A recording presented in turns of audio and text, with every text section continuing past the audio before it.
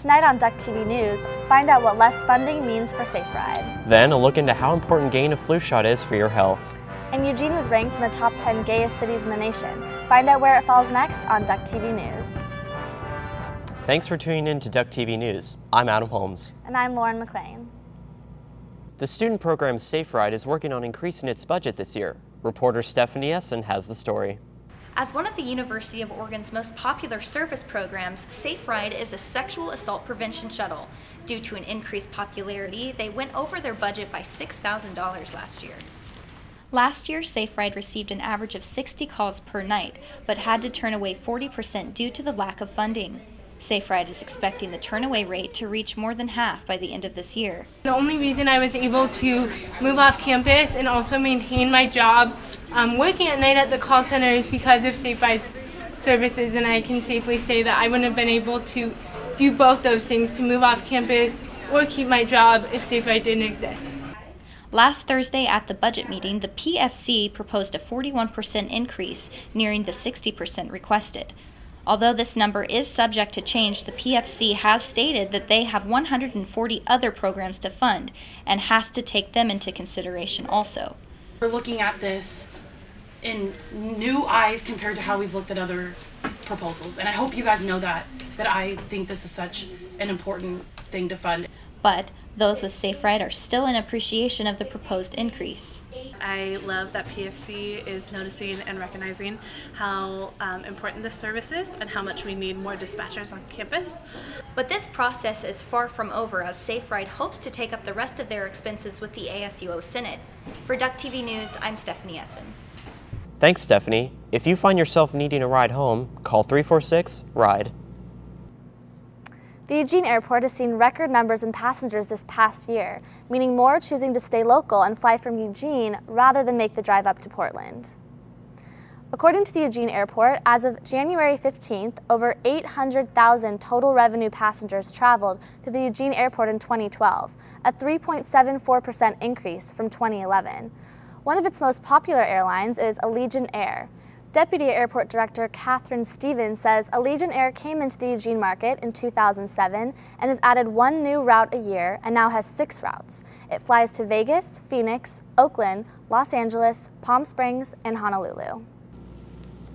According to CNN, average student loan debt has risen to $27,000 for undergraduates. This is a record high for student debt, and the numbers show no signs of shrinking. Associate Director of Financial Aid and Scholarships reports that requests for loans have remained stable. Over the years, the percentage of students applying for loans has been relatively stable here. Actually, University of Oregon, we are lower in terms of student debt. Loans may be on the rise, but many students are turning to alternative funding. One option, SeekingArrangements.com, estimates 44% of its members to be college students seeking financial donors in exchange for companionship. Several studies have shown it is women who accumulate more debt and remain in debt longer after graduation. Advocate magazine named Eugene the 7th gayest city in America. The publication made this ranking based on a diverse set of criteria, including the number of LGBT elected leaders and roller derby leagues. The survey focused not only on sexual orientation, but also some fun quirks. Tacoma, Spokane, and Salem are also in the top 15.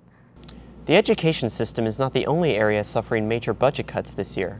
The Lane County Jail is experiencing a $2 million budget cut for the 2013-2014 fiscal year in July. If a new revenue source is not found by the beginning of the next fiscal year, the current 120 beds for local offenders will be nearly cut in half. Once jail beds have been cut, the Lane County Jail will be forced to initiate an early release for some inmates, which has caused concern for the safety of those living in the local Eugene community. As a result of an amendment to the Oregon Child Abuse Reporting Statutes, all university employees are now required to report any incidents of child abuse. Kaylee Pence has the story. Oregon State Legislators' mandatory reporting law states that any public or private officials having a reasonable cause to believe that a child is a victim of abuse shall immediately report the incident. After a recent revision in that law, all University of Oregon employees are now listed as mandatory reporters. This means that the students prepping your food and your professors are equally responsible for reporting child abuse and discriminatory sexual assault. I spoke with UOPD spokesperson Kelly McIver and asked the difference between the newly updated law and the already established university mandate on discriminatory harassment. There's a responsibility there as an agent of the institution to make sure that you're trying to help keep that whole campus community as safe as possible and to look out for anything that is going to lessen the experience of people who are using the services of the university. Oregon lawmakers cited last year's Penn State scandal as the primary motivation for revising the measure, though some university employees are finding some issues with their new responsibility. I would never want a sexual assault to go unreported or an incident of child abuse to go unreported, but at the same time, I don't want to force someone to be in that position to tell me. So I don't want to take away the power that it gives them to come to me and feel comfortable talking to me about something that is very private. Reporting for Duck TV News, I'm Kaylee Pence. Thanks, Kaylee. To report instances of harassment or child abuse, contact either UOPD or the Office of Affirmative Action and Equal Opportunity. It was just announced that the Dalai Lama will be visiting Eugene on May 10th. He will be delivering a lecture at Matt Knight Arena, which will be open to students, staff, faculty, and the public. His visit is part of a 3-day trip to Oregon, including an environmental summit in Portland. Ticket information will be announced in the upcoming weeks. The nation is currently experiencing one of the worst flu seasons in recent years. In the past week, there have been 4 cases of the flu confirmed on the U of O campus. Students are encouraged to go to the health center for this season's flu shot.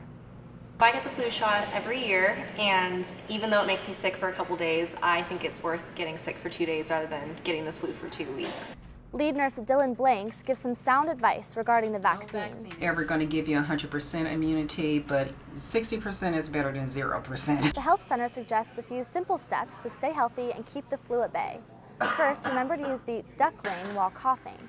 Second, if you know you're sick, don't go to class and risk spreading your cold. Lastly, wash your hands often and carry hand sanitizer with you. Just always think about hand hygiene. In comparison to other agencies, the health center offers the cheapest option with a $15 flu shot. Wow, sounds like I need to get my flu shot pretty quickly. Thank you for joining us this evening. For Duck TV News, I'm Adam Holmes. And I'm Lauren McLean. Have a good night.